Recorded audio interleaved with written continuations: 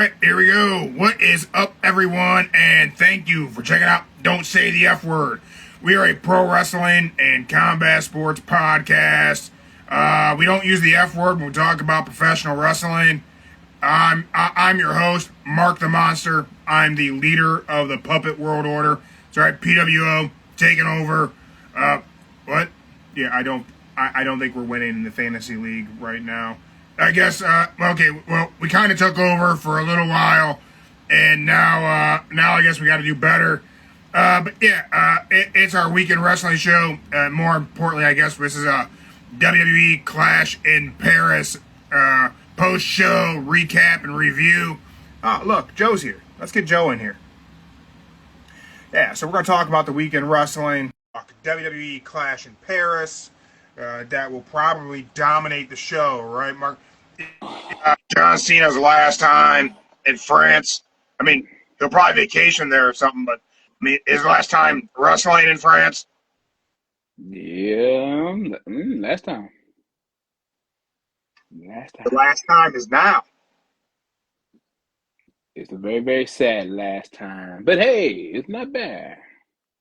Joe, are you going to cry at Cena's last match? I will cry, yes. After Clash in Paris, how are you? Who do you think would be Cena's final opponent? I mean, nothing happened that would make us give us any indicator as to who it could be. Well, I mean, we know we're definitely getting AJ Styles at some point, right? Nah. Yeah, he did a Styles Clash. I know he did Styles Clash. He did a Styles Clash. I think this is more Diamond AJ. This is more Diamond AJ. I don't think it's going to be AJ. Do you think we'll get AJ versus Cena at all? Or you think not at all? Technically, their rivalry was good, but it wasn't like a rivalry you can remember. So I think we're going to get the rivalries that Cena had. So I would say they're definitely going to do the Brock. I would definitely say either my last two, definitely Brock, Cena, Dom. They're my last three picks. Roman, Brock, Dom. Oh, Brock, Dom, Roman. There we go. Brock, Dom, Roman sounds better. Brock, Dom, Roman. Brock, Dom, Roman. You think no AJ? No AJ. Oh, Trunks is at a horror convention. Totally forgot about the PLE. Oh, yeah, it's going on in Cleveland right now. My friend up there, he's running. He's hosted, but yeah. Horror stuff, totally not my jam. I gotta fix this microphone. Can you hear me fine? I hear you fine. All right, well, let's do this. Tell me if you hear me better. I hear you loud and clear. Yeah. Do you hear me better now? I hear you saying you still ain't nothing changed. Nothing changed? All right, then. Nothing changed. I'll take nothing changed. That's fine by me. Horror stuff, totally not my jam. Are you a fan of horror stuff, Joe? Are you a horror fan? Is that your thing? If I had to pick, I would do comedy, sci-fi, then horror. There we go. Horror is not even on my list. People like always think like I like horror movies and shit because I'm covered in tattoos. Like somehow that equates to like being like a fan of horror. I'm cool with haunted houses. I like Halloween, but I don't like horror movies at all. Okay, damn. That's why you want to see Final Destination. Well, Final Destination was okay because I feel like that's not a horror movie. That's more like a comedy with just some like gross shit, but not so much like My Amazing Wife, Your Lovely Sister. She likes horror movies. She likes Saw and stuff like that. Not really my jam. Okay. Like if I get nachos and a big thing of popcorn, I'll sit through it, sure. Okay. But it's not really my cup of tea. I like comedy, some sci-fi stuff, like old school, like monster movies. You give me Jurassic Park, you give me Godzilla, King Kong, you give me monster movies. That's a different thing. Okay, monster movies. Okay. Yeah, but I think that might fit under the genre of that might be more sci-fi than horror, maybe. Yeah, sci-fi, definitely sci-fi. Right? Oh, it depends on the horror movie because then you got what was it? You got Jaws. Jaws could be mm, Would kind of Jaws horror. count as a horror movie? Jaws is kind of like a horror movie. Foley was at this convention and Gangrel. Oh Damn, shit! damn. Trunks, did you do the meet and greet with Foley? No, I think that meet and greet for Foley like $300. I think it was. What? I think it's $300. Damn. I could be wrong, but I think it's $300 meet and greet with Foley. Y'all know I'm a big McFoley fan. But I ain't paying 300 bones to meet McFoley. Hey, look at it this way. Mick Foley would be the cheapest one out of everybody. He look go autograph meet and greet Ric Flair like over $1,000.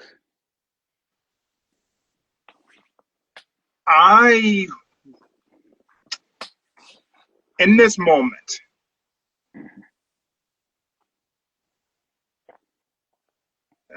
and Nancy's at literally at every single convention. I don't think I would pay money to meet anybody. Mm. Would you pay money? Is there someone you would pay money to meet?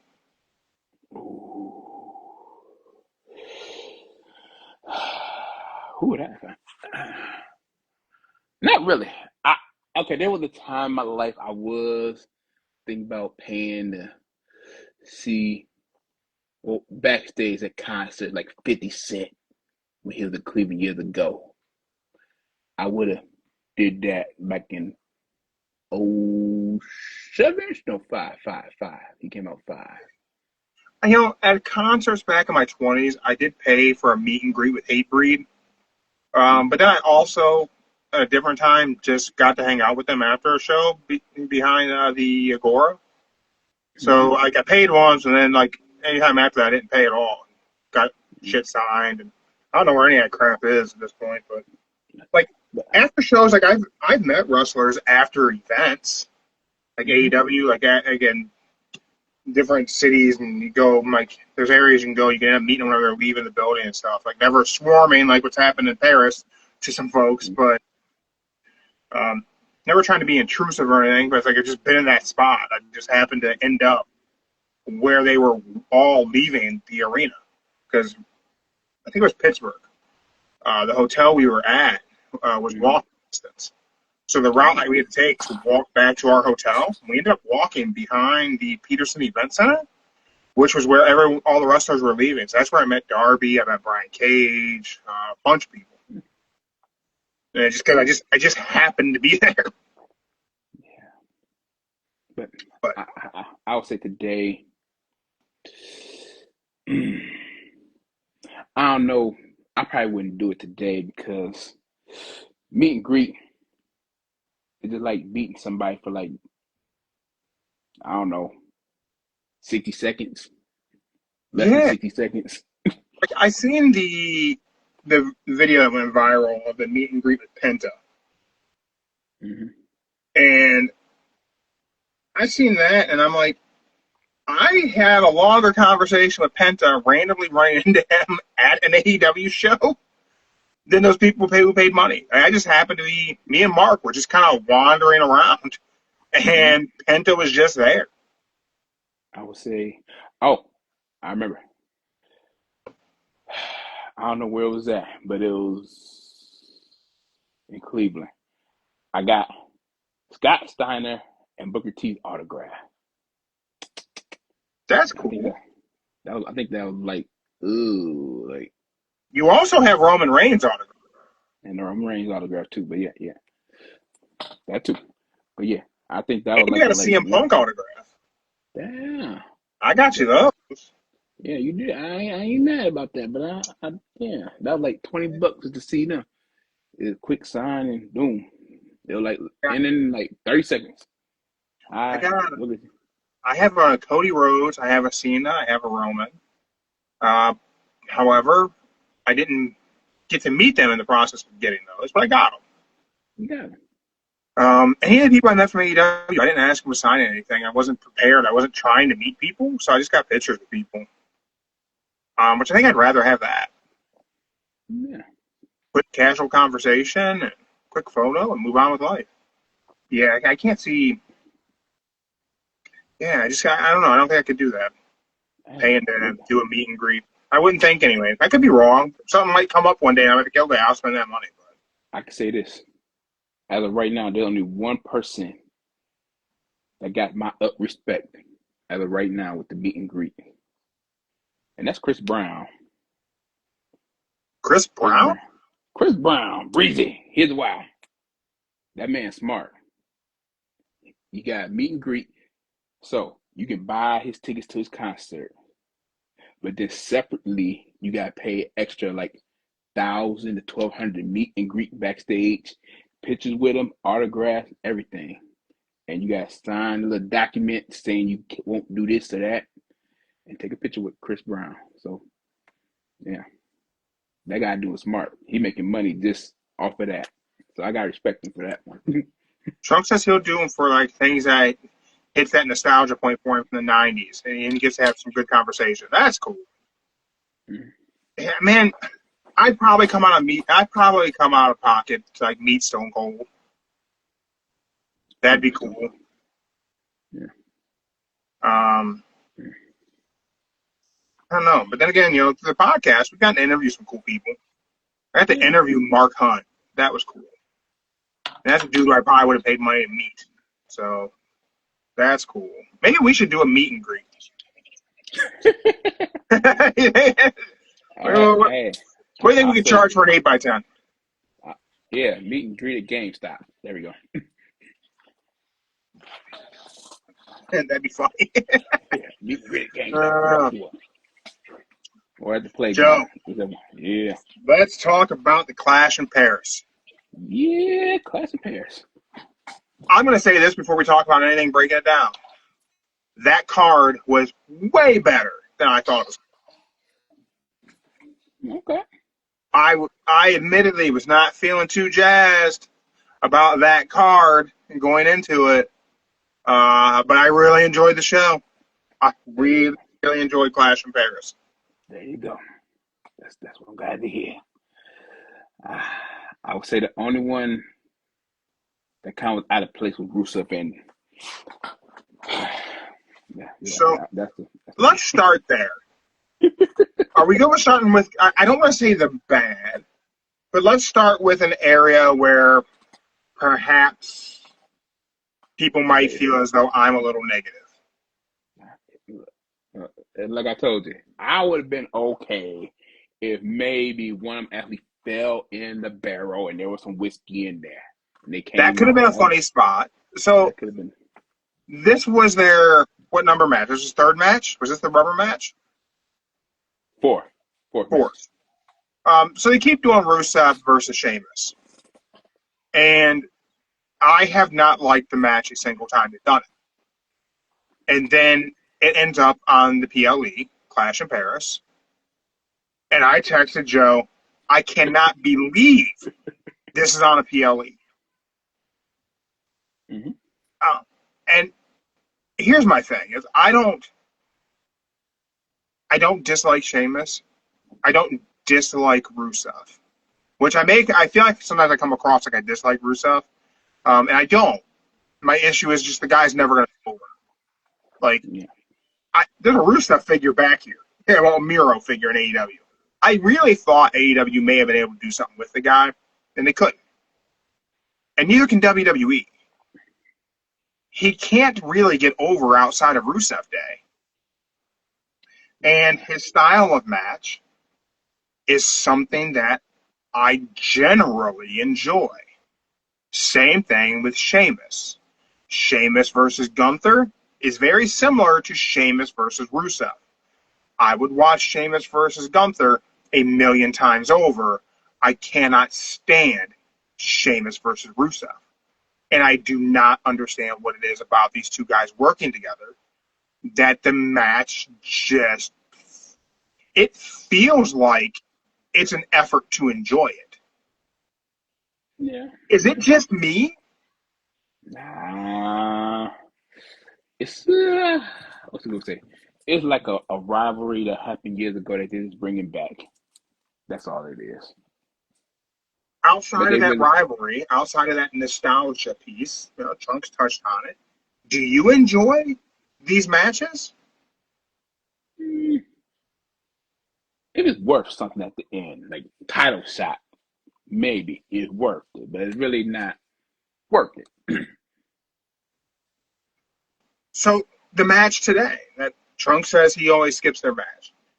The match Damn. today, like, did you enjoy that match? Like, I wanted to. Like, I really thought, okay, so they have all the Donnybrook props, right? Maybe they'll incorporate these well. And the prop that got, like, the focal point, which I get it. I get that it's Sheamus' whole shtick with the shillelagh, but it's a walking stick. It's a twig at the end of the day. Yeah, that's what it How is. how is that the biggest, most dangerous prop around a wrestling ring for these guys to utilize? Like, that was dumb. Think of it like the Sandman with his kendo stick coming down to the ring with the kendo stick. That's what it was. That's basically what it is. But it wasn't the most dangerous weapon he had, but it was dangerous. How do you take a white noise off of that stack of whiskey barrels through the tables? Okay, let me just touch on that real quick. That one spot that should have been like, I thought they're gonna do something cool. The whiskey barrels are kind of tall. They're gonna do something cool. White noise off of there through the tables. Not bad. It wasn't Not what bad. I thought there was going to be something maybe a little bit like crazier, but hey, white noise is a cool move. I like it because it looks impressive, but it's like really safe. How the hell was Rusev the first one to get up? That was a mistake. He got up in the ring first, Mm. and he took the bump. He did take the bump. I can't explain why. Well, I think Sheamus landed first. Yeah, Sheamus landed first. Nah, he still would have got. Sheamus still would have got up first because he went through the table Rusev more. should have been the first guy up. Yeah, Russo went through the table more than Sheamus did. Yeah, Rusev was the one taking the bump. He was the one being attacked with the move. He should have sold that and stayed to the outside and let Sheamus get in that ring first. Mm-hmm. But then to follow that with the stupid ass shillelagh. For what? Man, for what? Like, what? Hey, Could have done without the shillelagh. he had to throw the shillelagh in there, like shillelagh. They could have used it. It didn't have to be part of the finish.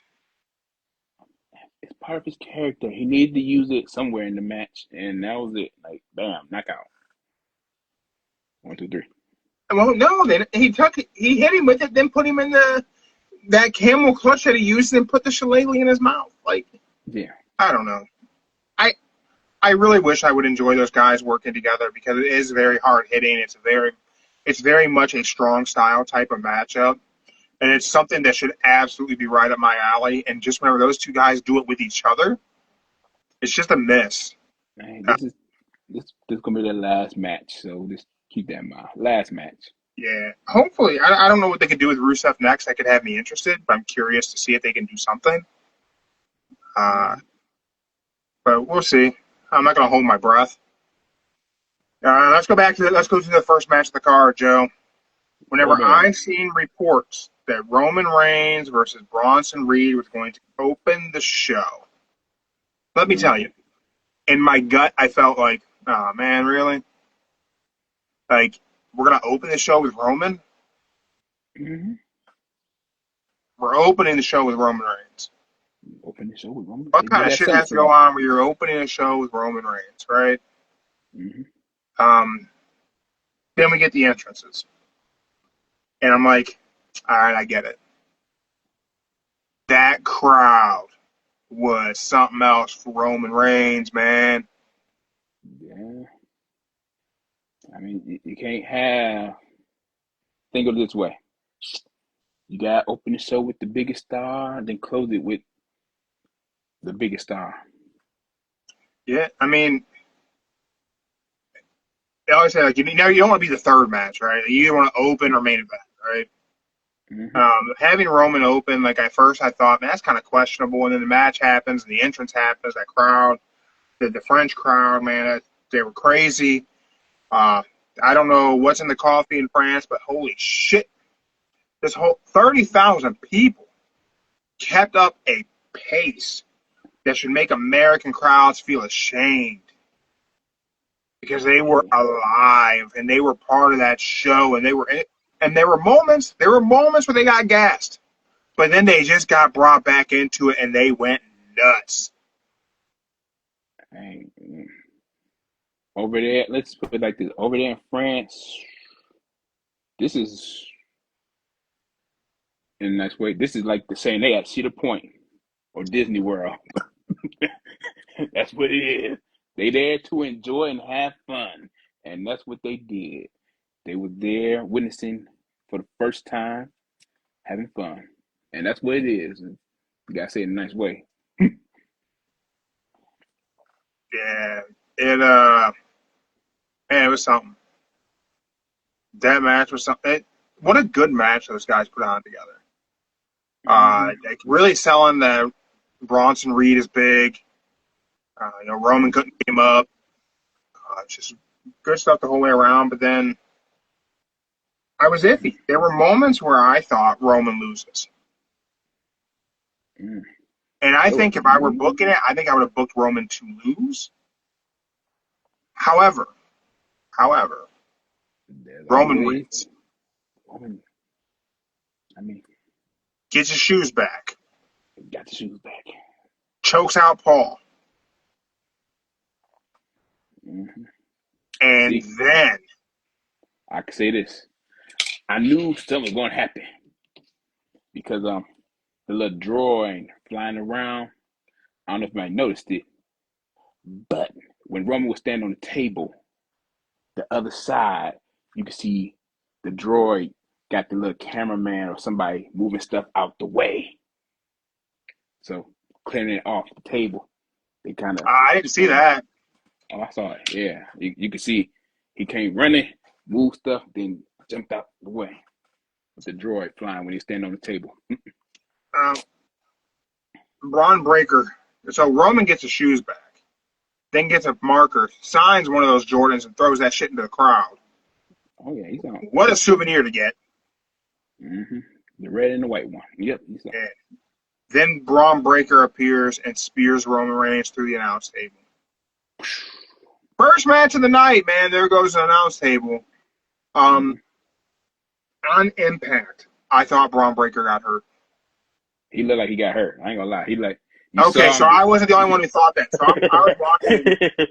I was watching Clash in Paris with my daughter's boyfriend, and he does not watch pro wrestling. He used to as a kid, but he is not, like, he doesn't follow it. And we're watching that together. We look at each other like, he got hurt. He looked like he got hurt. No. Yeah, when he did the spear, and then he saw him get up, he was holding the pain like he was mad. But he tried to do his character like he looking all crazy, but you could tell he was fighting that pain. Yeah, it looked like something happened. Now, I don't think anything did because we come through and there's just a massive beatdown of Roman Reigns. Mm-hmm. Between Braun Breaker and Bronson Reed. Like, they beat the bejesus out of Roman Reigns. So Braun seemed to not be hurt. Then Roman gets stretchered, eats a bunch of tsunamis, dropped a new Tsunami in Paris shirt on our merch site. Definitely check that out. Limited time only available for a week. Well, tsunamis on the stretcher board. Yeah. Roman gets taken off to the hospital. The Vision gets kicked out of the arena. Oh, and Paul gets taken off to the hospital. Mm-hmm. So they're gone.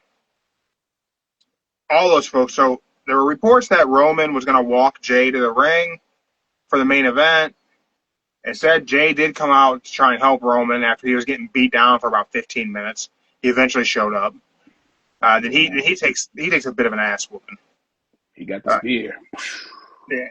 Overall, I thought that match was really good. I thought everything after was really good because Bronson Reed lost, but still came out looking like a monster, and that's exactly what needed to happen. So whenever I say I would have booked Roman to lose, I guess really I would have wanted this booked in a way where Bronson still looked strong, and Bronson Reed remained a monster. By the way they booked this, Roman got the win, but Bronson Reed looked strong.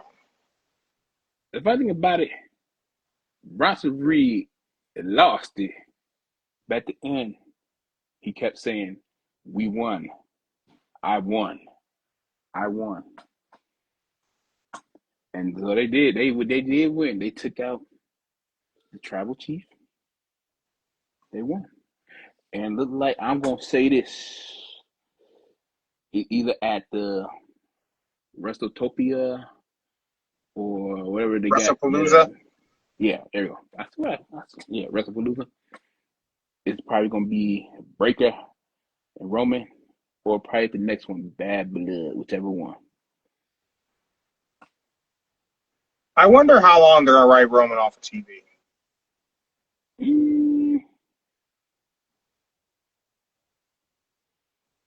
Probably no, it's gonna be 2 weeks.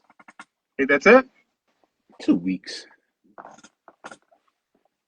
2 weeks in the Roman's in the hospital. He got what's he gonna say? Roman's in the hospital. He's severe broken ribs. Will be out for a couple of weeks, but he shall return. Da da da. When are they filming Street Fighter? I don't even know. Neither. I know they said they'd be done by December. All right. We followed Roman Reigns versus Bronson Reed with a match that gave the crowd the opportunity to take a breather. The Wyatt Six versus the Street Profits. Street Profits come out. Borderlands 4 gear. Looked pretty cool, but didn't make any sense. Yeah, I was wondering what they trying to do. Like, Seems like just some incorporated sponsorships. It looked cool. My daughter's boyfriend's a gamer. Definitely caught his attention. Hey, it looked like Borderlands. Yeah, it must be some kind of sponsorship. They didn't do a great job talking about the sponsorship, but hey, those who knew. So if you know, you know. I didn't know what they were sponsoring. I was like, oh, what game is this? With the Wyatt Six entrance, I mean, it's the Bray Wyatt entrance, and it will always be cool to see, especially in a large crowd like that with all the fireflies. Mm-hmm. You sent me a text when that match started. And you said it looks like it's time to break up the Street Profits. Yeah. Just by the way, when Montez was going out there getting ready to start the match,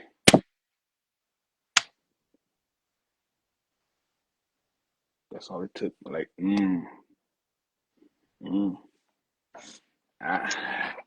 don't want to be the bad guy, but it just looked like it's getting close to that time, y'all. And then if you watch during the match, they had that typical not getting along tag team feud where about to break up. And it might sucks, but I think Do they need to do a breakup for Montez to go solo, or could he just start just doing solo stuff? Like, do they have to not be friends? I say the only way to do it is this coming up in 2 weeks at the draft. Oh, you think just put them up at the draft? That's a fair way to do it, because then you can always bring them back together if you need to. Dude, so here's my issue. Everybody says, like, Montez and Shawn Michaels in the group, right? That's kind of sound Angelo Dawkins short, man. Dawkins is really good in the ring. He is good. I don't hate on Dawkins, but it's just like out of every tag team, there's always the one out of tag team that everybody sees the high hopes in. And that one, look at Edge and Christian. Edge. Matt and Jeff. Matt and Jeff kind of tricky, but everybody did have hopes for Jeff more than Matt. But Matt was more into the crowd more than Jeff was. Then when you break up the Dudley boys, it was just like, ooh, who was the main star of that group? Because they both were like on the same level. But you really can't at the Yeah, time. breaking up the Dudley boys wasn't good at all. I mean, Yeah. and before anybody comes at me like you're gonna with the aces and eights, Mm-hmm. Bubba Ray Dudley was never a star. Bubba Ray Dudley was the main character of a shitty storyline during the dark days of TNA.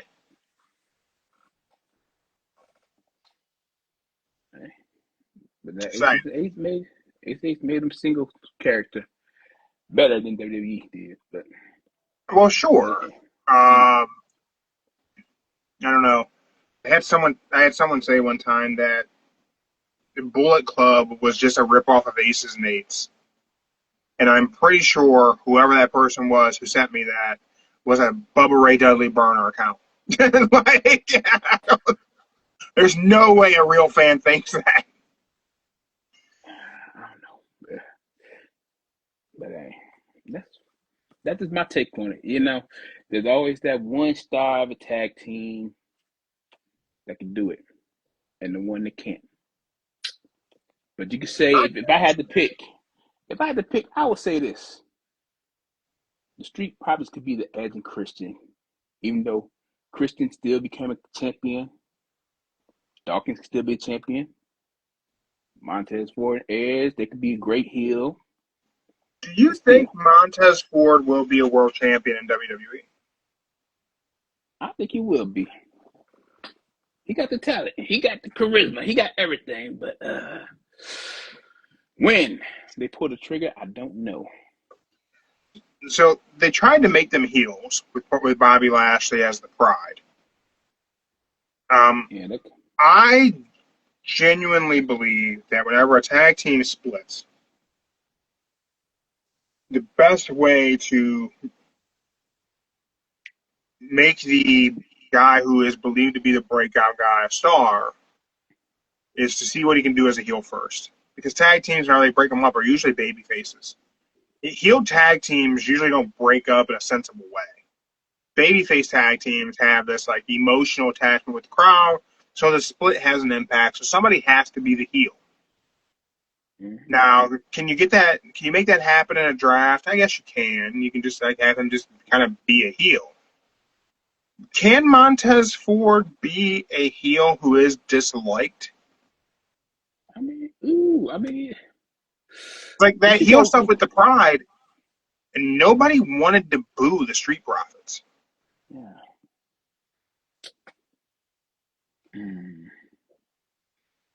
I'll say this. If you look at facial wise, Dawkins has that little heelish baby face look, but Montez he could be any one of them. He could be the heel or the baby face out of the group. Montez got that look, but Dawkins. So I feel that way about both of them. I feel they both could be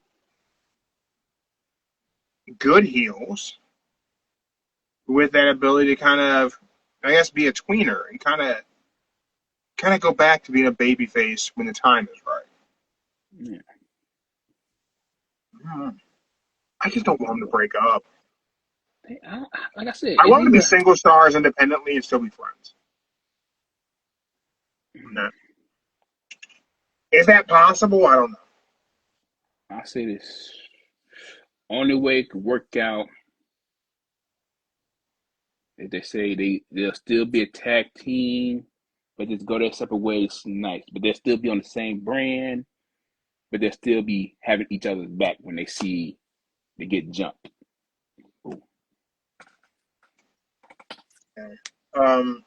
Wyatt Six keeps their titles in what is just an average match.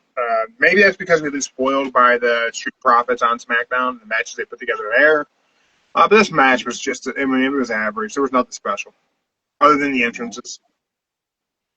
But I can say this one thing. I feel bad for Bo Dallas. Why? Because they're just giving Karrion Kross's gimmick? because they are really trying to make him Bray Wyatt, and he really can't be his own character no more. Because So this I come felt like on Friday, SmackDown he was trying to be Karrion Kross. nah, SmackDown, he was trying to be Bray. If you go back to like when they came out with the Wyatt family, that's how he talked in the Wyatt family era in NXT. Right. So for me, it felt very much like the most recent iteration of Karrion Kross. I felt like they just took what Kross was doing and just gave it to Bo.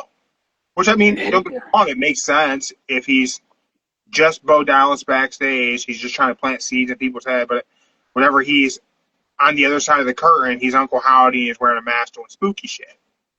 Mm-hmm. But to me, it just felt like Karrion Kross. It didn't feel like. Damn it, this is going to sound really bad when I say this, Joe. It felt like Bo Dallas was doing Karrion Kross to me because it didn't feel special. And everything Bray did felt special. And that's not me saying the Karrion Kross stuff was bad. It's not me saying I don't like Karrion Kross, that his shtick wasn't good, because it was. But there was something different about Bray Wyatt and the way he delivered things that made it special. Karrion Kross and stuff didn't feel special in WWE. Neither does Bo Dallas. I don't see nothing wrong with that. I agree with you. Ain't no foul. It's kind of hard to explain what I mean, but you know what I mean, right? How much you mean? Let's just break it down to you like this in a nice way. You got three people trying to be the same character, but the one that did the best, well, RP, don't want to say anything bad, but that's the only one that can do that character perfectly, and nobody else probably can ever do it perfectly like he did. No. Like, Bray delivered that type of character in a way that's really going to make it difficult for anybody else to ever do it. Mm-hmm. Another thing that was difficult tonight was to, watch the women's Intercontinental title match. Nikki Bella got the ring.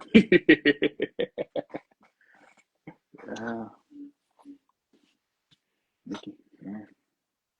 Oh, you didn't watch it, did you? What I seen was bad, and it just wasn't. Becky wins, of course, and just another match that should have been on PLE. Look, Nikki just needs money because she gotta pay alimony now, y'all. So hey, Does the women division in WWE need mid-card titles?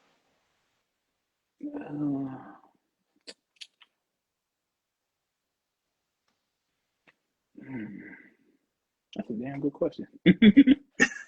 I don't know why it needs these. I would say get rid of tag team. If you got rid of tag team belts, cool, but keep the US and Intercontinental. That's something to deal with. Yeah. Keep the tag team on NXT. There we go. NXT should just keep the tag team, and the women should just have the Intercontinental and the US, because really there ain't that many good women tag teams. So the women's tag team should be like a NXT thing. Trunk says that the YS6 only gets cheered because Bray existed, and it's just pity cheers. Man, that's. I said that before. Some folks, that might be a hot take, but Joe has been saying it from day one, really. And I'm inclined to agree.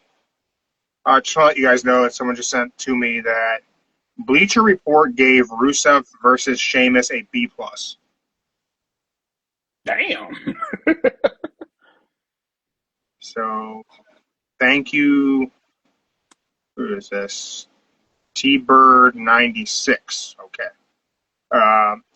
Why did I bury a match that Bleacher Report gave a B+? Well, I don't know why Bleacher Report gave that match a B+. That's not a B+ match. If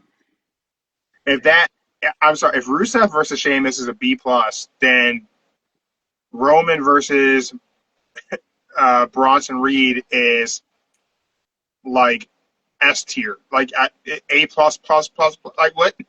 I'm sorry, it's not a B plus match, guys. It's just not. Yeah, but I do agree. Sorry, I got off track there. I couldn't believe that. I do agree. The Y6, it's sad because I don't want. It's saying like something exists out of. Kitty almost feels harsh, but it's kind of right. I'll just say it for you. Look, y'all. If I had to go back in time, I said it once. I'll say it again. When they first came out with the Y6, I said after the second time or third time seeing him, it's a wrap. There's nothing else to do with him. And look what happened. The third time, they really ain't did nothing with him. I still just think that they messed up and they went too far on that debut where they looked like they unalived Chad Gable because there was no turning back. Then you went too far to the extreme. And then what do you do with them? Now you have them wrestling regular matches, and that doesn't make any sense. Mm-hmm. I mean, it's not that the matches are bad. It's just that it doesn't make sense. I think these supernatural beings, it's not, I don't know. It's hard because, like, the entrance is so great to see, but then everything else to me just doesn't feel right. It doesn't fit. Hey, I'll be surprised they just kept them around till Halloween. Every year, Halloween. So I think a big reason why they exist is because they can monetize it. The characters can be used at Universal to have a food stand and an attraction that can make money. You can license that out, and you can print cash without much effort. That's why I think they exist.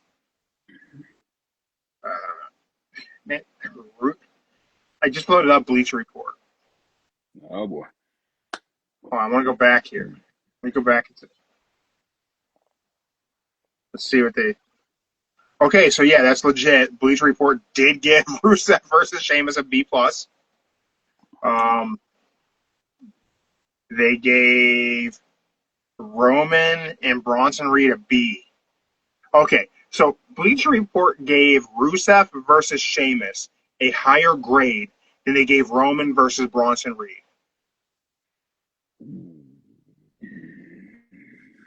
Help me understand that. Okay. I'll say this. I'll say.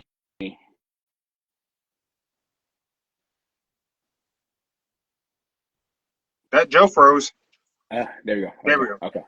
I say they gave it a B because majority of the match was good, but after the match, it was better with all the attacks and everything. So I'll say that's why they gave it a B because everything good happened after the match. There we go.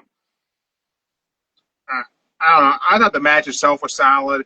Yeah, a lot of the big stuff was after it was post-match, but nobody with eyeballs who's watched the matches could possibly think that Sheamus versus Rusev was a better match than Roman versus Bronson Reed. That's absurd. That's absolutely, it's wrong. I don't know. It's certainly an opinion someone can have. It's not right at all. Doesn't the aftermath, Trunks says, doesn't the aftermath count as part of the whole picture? I would agree. Actually, let's go. I have, just so you guys know, I'm legit. I brought up Bleacher Report just now. They're great. So I'm just saying that's what I think they went by because the aftermath was it during the match. So they probably just counted that afterward. So in their whole little piece talking about the match, they have after the match is included in this paragraph. I don't know if that's going to come through. I can see it, but can't see it all. But it's good. You see it words. You see the wording. Here's what we're going to talk about the aftermatch. And then below that, they have a little clip from Twitter, and then they have their grade, which is a B. To me, that means they're including what happened after the bell. And they're giving that a B. And I mean, again, it's an opinion. Someone can have it. It's just not correct. By any stretch of the imagination. Rusev versus Sheamus is a C at best. However, they also gave the women's IC title match a C from Bleacher Report, which I can agree with that. That's definitely C. That's definitely C. I would give Rusev versus Sheamus a C minus. Because there could have been more, and the elements they used that you gave a focal point to were really wishy-washy. But let's move on to a huge positive. Logan Paul, which there's a sentence you don't hear much. Dude, Logan Paul versus John Cena. I'll give it to Logan Paul, man. He gave to John Cena, y'all. I ain't even saying that in a bad way, but I'm giving it to Logan Paul. He gave John Cena a good match on his final tour, so I ain't even mad at him. There were so many crazy things that happened in that match that I wouldn't have expected to happen in that match. First of all, Logan Paul is way better a professional wrestler than he has any right being. That's just it. But there were things that were worked into Logan Paul's moveset in this match that were interesting. Okay. He hit John Cena with a zigzag. Yep, they mentioned a la Dolph Ziggler. He also used some European uppercuts in the style of Cesaro, a.k.a. Claudio. Mm-hmm. He also hit him with a flatliner, a la Chris Canyon. Logan Paul pulled out a lot of moves that generally aren't his to pull out, but then John Cena did a lot of the same. He did. He did in the days. Yeah. Angel Wing. Did Angel Wings. He did a Styles Clash.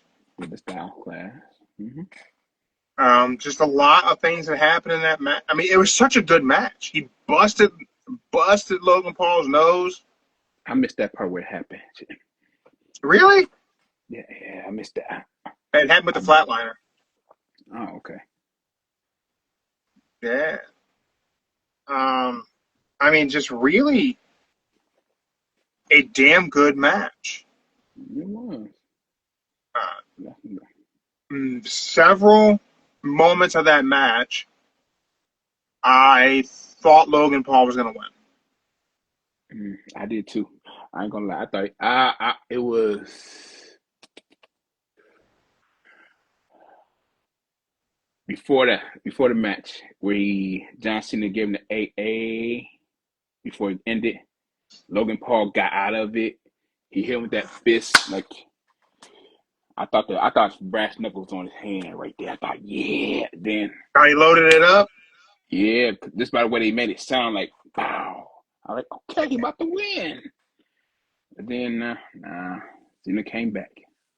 Yeah, and Super Cena got the win. Mm-hmm. The crowd was insane for that match. From Logan Paul's entrance to the very end of that match, they were nuts. Mm-hmm. Nothing happened post-match. No attacks, no indication of who we could see Cena face next. I believe John Cena using the Styles Clash was an Easter egg for us to know we're getting John Cena versus AJ Styles at WrestlePalooza.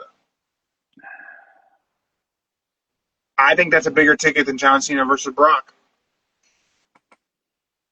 If I had to, I don't think it's gonna be Brock this year. I think if I had to do it right, they're counter-programming AEW with WrestlePalooza, so John's got to have a good opponent. I think it needs to be AJ Styles or Finn. Could be Finn. Either one of those guys. Or it could be Nick Nimitz. He's TNA. You think they could work? You think they could bring Dolph in? I think they could bring Chunk Dolph size and LeBron. Bad Ink, Ohio. Grand Northeast Ohio. And you need tattoos. What you do, go hit up our boy Freddie. I'll be cool if it was Nick Nemes. This crossover from TNA That'd be out of the cool. blue. That would be cool. That'd be cool. Him or AJ. I don't care to see John versus Brock. I really don't. I don't need to see it. Doesn't have to happen for me. Cause that's another one of his good rivals was Dolph Ziggler. Yeah. John and Dolph promo battles would be good. John and AJ promos would be good. John and Finn promos would be good. John and Brock, I'd be bored to tears. At least I think. Maybe I'm wrong. I could be wrong. But They could make something happen that would get me interested. I don't know what it would be, but hey, something could happen. you know what could Then it's hard because, like, whenever we had John and Brock the first time, we had Paul with Brock. mm-hmm. Now we won't have Paul. Mm-hmm. I don't know. But you know what would be even crazier? Here's what I would say would be good. Let's just say, hypothetically speaking, on Friday Night SmackDown, Carmelo Hayes talked to Nick, and he tells The Miz that, hey, I got you a match with John Cena on his final tour. Thank me later. And that would be great. That would be cool. It would be cool if we got Miz and John.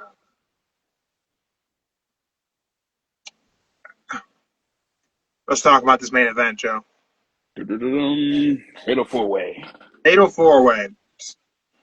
LA Knight versus Jey Uso, who was banged up from earlier in the night, had the DDP rib tape, Mm-hmm. versus CM Punk versus Seth freaking Rollins for the World Heavyweight title. Mm-hmm. Get everybody's entrances after Seth cut a backstage interview, said, I don't need the Vision because they were kicked out of the building. I don't need anybody. I don't need Paul. I don't need Bron and Bron. I don't need. I can walk alone because I'm the visionary. And he heads to the ring by himself. Now, prior in the day, people talked about, hey, Roman might be walking Jey out. Hey, Seth might add man number 4, especially after they kicked out the Vision. Hey, is Seth going to add the 4th man? Mm-hmm. And is it going to be the reincarnated corpse of Hulk Hogan? We then get the match, kicks off with CM Punk being the heel. Out the gate, he super kicks Jey Uso. Heel move from CM Punk in France. That payback. Yeah. Got that payback. That was the story of this whole match, right? Mm-hmm. Everyone's paying everyone back, tit for tat, for everything that's happened over the last few weeks on WWE programming.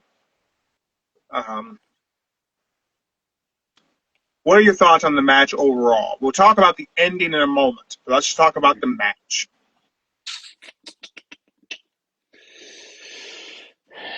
It could have been better. It could have been better. What was missing for you, or what did you not like?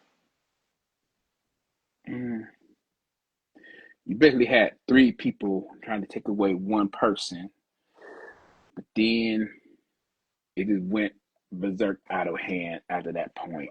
Let's see. Where you go? You got CM Punk. Jay, get the table.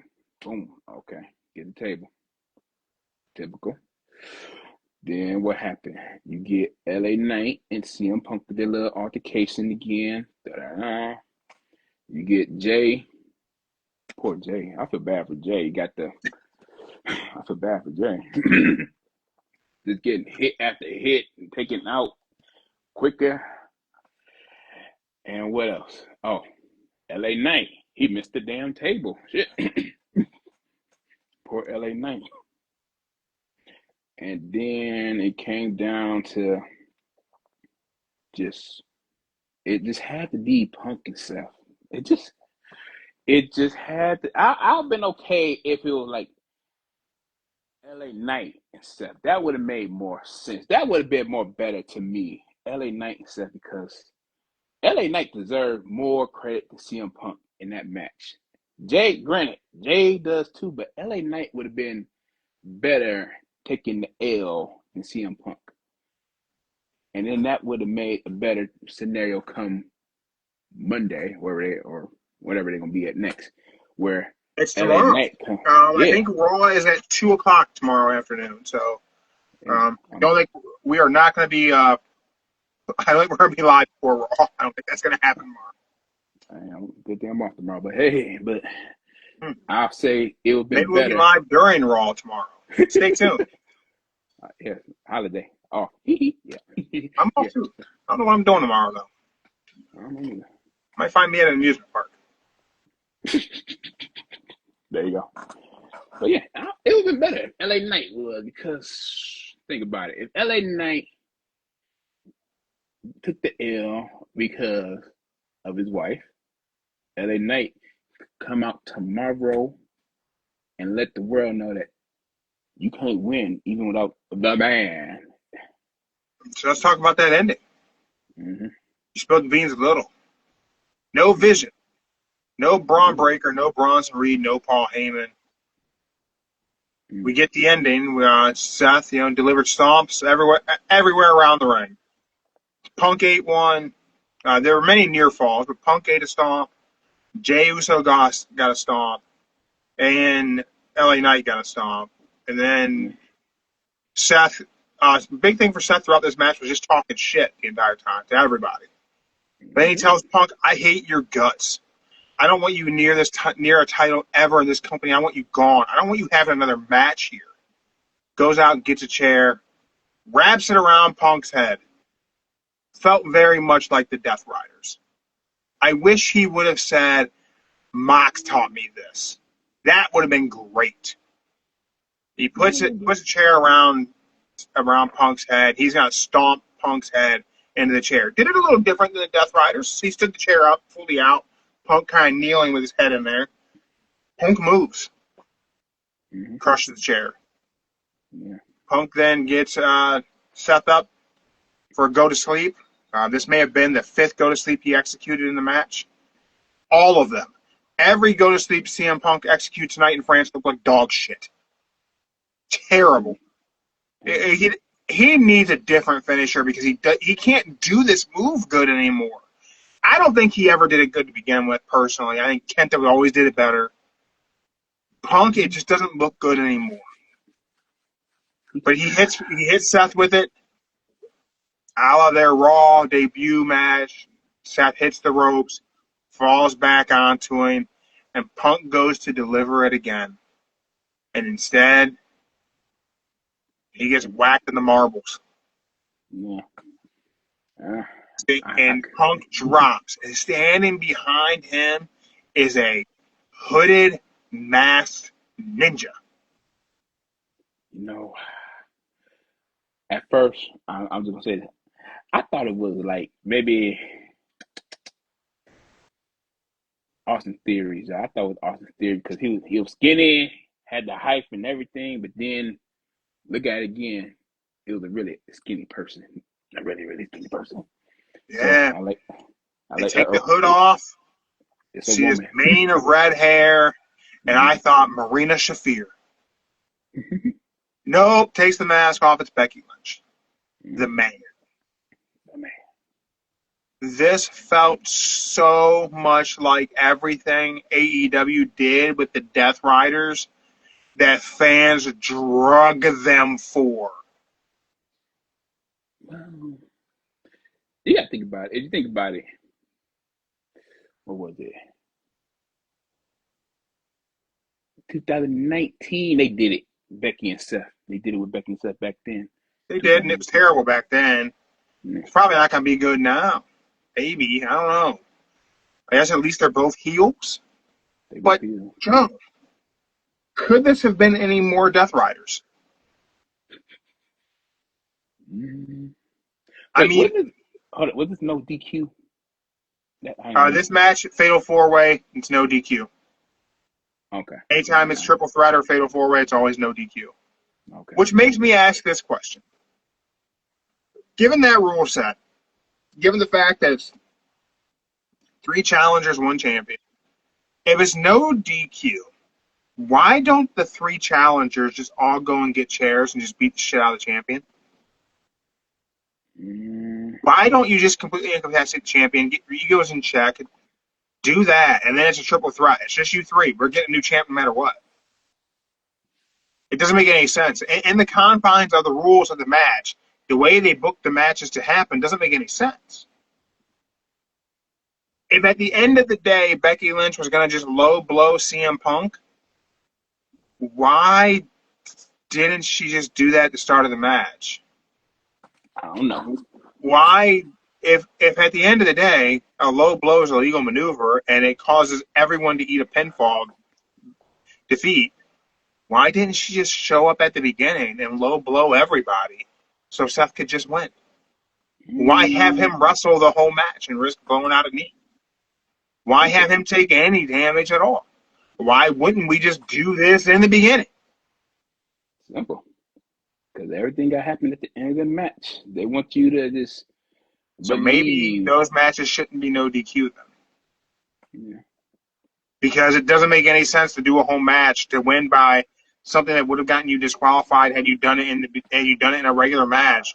Why wrestle a whole match to do it? I don't know. I don't get it. I couldn't tell you, but that's the way I see it. Yeah, in a very Seth Ryder's maneuver, seemingly Becky Lynch has joined the group. Yep. So Trunks says just in case he was able to pull it off without needing help, she was there. She was the insurance policy. Last ditch effort. I get it, kind of, but if you're a heel, why do you care about trying to pull it off inside the confines of the rules and being ethical in the first place? If you really wanted to be a heel and get the heel heat, cheat in the beginning. Don't wait for the opportunity. Just cheat out the gate. When everybody else was coming to the ring, hit them with a car. Why am I waiting? Oh, why wouldn't you just wear 2 pairs of brass knuckles on your way to the ring? Just put them on. Let's go.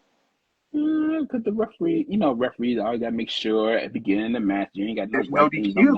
It's no DQ. I do whatever the hell I want. But they'd rather do it after the bell rings than before. So you're like, oh, you got brass nuts. You got a steel pipe. Nah, you can't start the match with that. They didn't waste much time getting the table involved. Yeah, I know. Table. But I set a Bleach report up, just so you know. They gave that match a B+. They gave the Fatal 4-Way the same grade as Rusev and Sheamus. B+.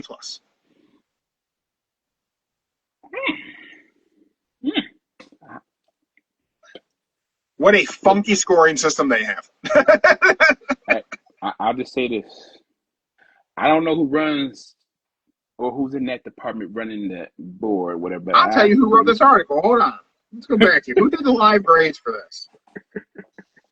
Eric Beeston of Bleacher Report did the live grades for Clash in Paris. Winners, live grades, reactions, and highlights is the article. That's what was sent to us to say that I was burying Rusev and Sheamus because they were given a B+ by this prestigious journalist here.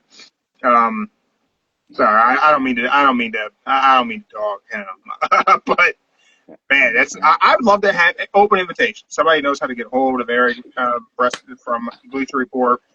You want to come on the show? I would love to talk about what it is you see in different shows and what it is you look at for your grading criteria, because I do not see a B+ in that Rusev versus Sheamus match.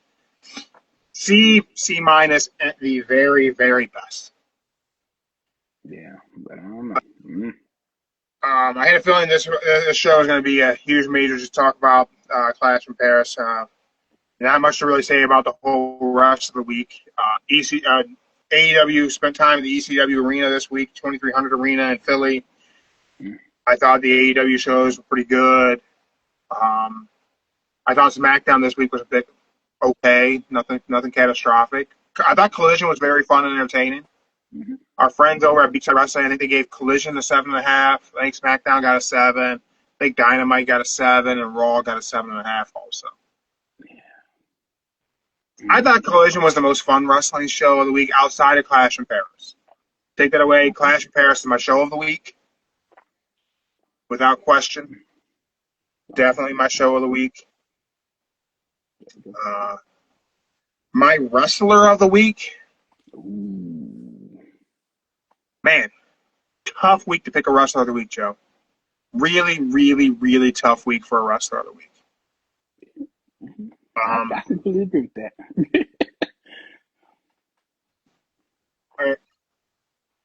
It's very hard because, you have that John Cena wrestling non-John Cena style matches, right? Mm-hmm. So is that part of let's go, man, give the big match John. You only get to do it so many times at the left, right? Yeah. You also have Logan Paul. Way better professional wrestler than he should be. Does that deserve it? Then I look at the AEW side of things. I'm really interested in Ricochet as a heel. Him with the Gates of Agony, about the feud with the Hurt Syndicate. They got my interest. For sure, they got my interest. Mm-hmm. But, Joe, when it's all said and done, this week is over with now. All right. And my wrestler of the week, I gotta give it to Big Match John. John Cena is my wrestler of the week, and I know it's a cheap cop out to do it. But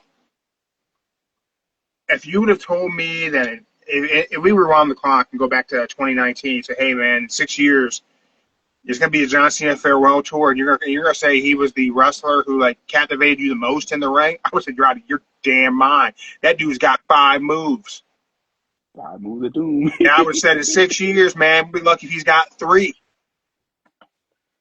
But in 2025 on the farewell tour, John Cena has found a way to make me not only give a shit about his matches, be invested in them, and enjoy them from bell to bell by what's happening inside the ring, the story that's being told, and the athleticism he has at this stage of the game with the opponents he's working with. And this is a big, has me surprised when he wins.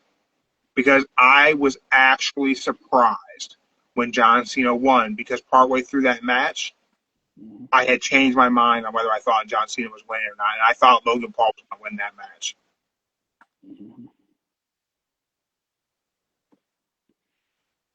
And Chuck says, having a whole farewell tour dedicated to him, he better be giving it his all.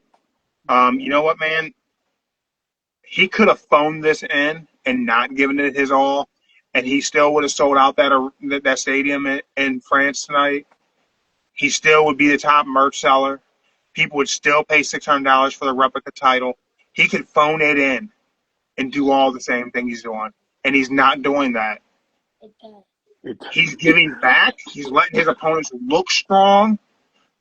I don't know where the decision is being made on him winning, him losing. I feel like that's probably just Hunter. But damn, I am thoroughly sports entertained with the John Cena farewell tour. Okay. It's all yours, Joe. What was your show? Who's your wrestler? Okay. Say what? You tell them. Say loud, girl. Make me a shirt. I'm working on a very special design for a shirt just for you. He got a special shirt waiting for you, girl. He's working on it. It's a work in progress. He said, give him time. He'll get to you. I got to make sure it's one she can wear to school. All right, go.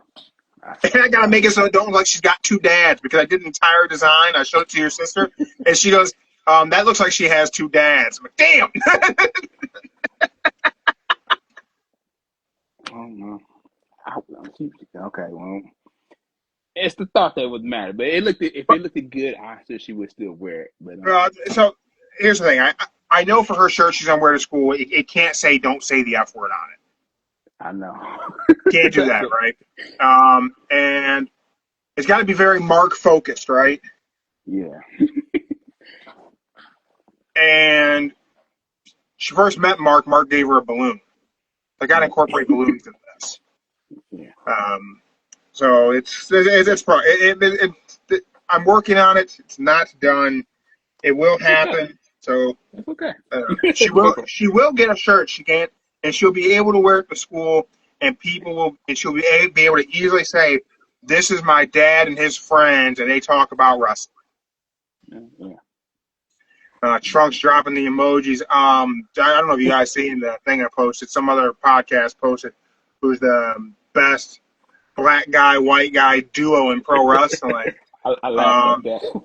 Yeah, and there ain't nobody else. It's Big J and Joe. That's it. Yeah.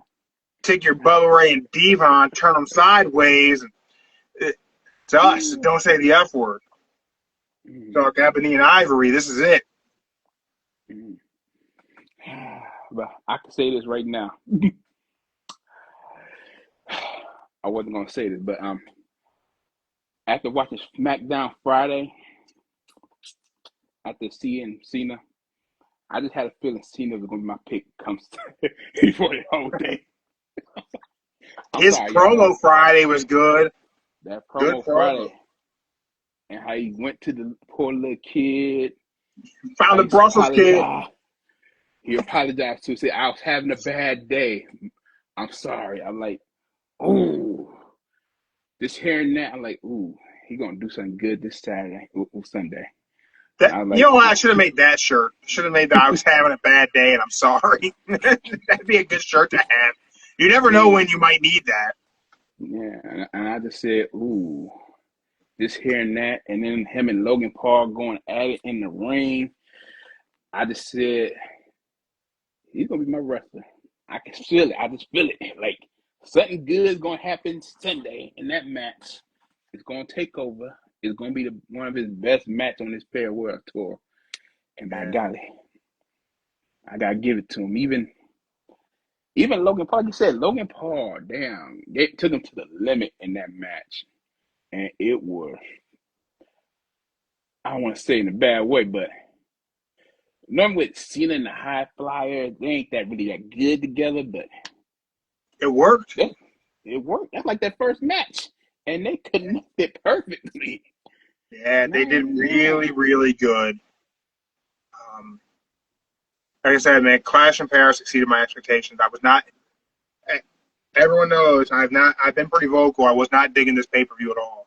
Premium live event, whatever. I wasn't feeling it. Nothing had me excited. You know what? Yeah, Trunks is right on that post about the best black guy, white guy duo. I don't think R-Truth and Road Dogg were on there. Because they might have been. And I'll have to go back and look at it. Make sure you're following us on Instagram to see these types of posts, or you can decide your best interracial duo of professional. Yeah. I thought Clash in Paris was good. I thought overall the week of wrestling was pretty good. SmackDown I didn't think was the greatest show on earth except for the Cena part, but it was meant to get us to watch the PO. It was. Good week. It'll be interesting to see Raw tomorrow after Seth retains the title. Again, I believe Raw starts at 2 p.m. Eastern Time. It's 2 p.m., yeah. So I don't know when we'll be live, so just make sure you follow us on Instagram. You'll figure it out. Yeah. Tsunami in Paris shirt is available. Our merch site. It is only available until next Sunday. Limited run on that. 3 different colors. No black tea available. So go take a look. I think the orange is dope. Good week in pro wrestling. Good PLE. Joe, you got any final words to send them off with to enjoy the rest of their Sunday? I'll say this. When they're overseas, time sucks trying to watch it at a normal time. But I can't be mad because Stephanie McMahon told everybody, get a VPN and watch things wherever you want on Netflix. You ain't got to worry about it. Yeah. So I can't be mad about it. But yeah, I'll say this. I'll say tomorrow on Raw, it's the beginning of some new rivalries. Be interesting. It'll be interesting to see. I feel like the world title is going to be stuck in this loop of these 4 for a while to carry us out through the end of the year. So it'll be interesting to see what they do there. But All I can say is I still think there's more to come with the Seth Riders. I do think there is going to be another person added outside of Becky Lynch. We'll see. Maybe we'll find out tomorrow. Till then, keep moving forward. Keep your shoulders off the mat, and we're out. All that.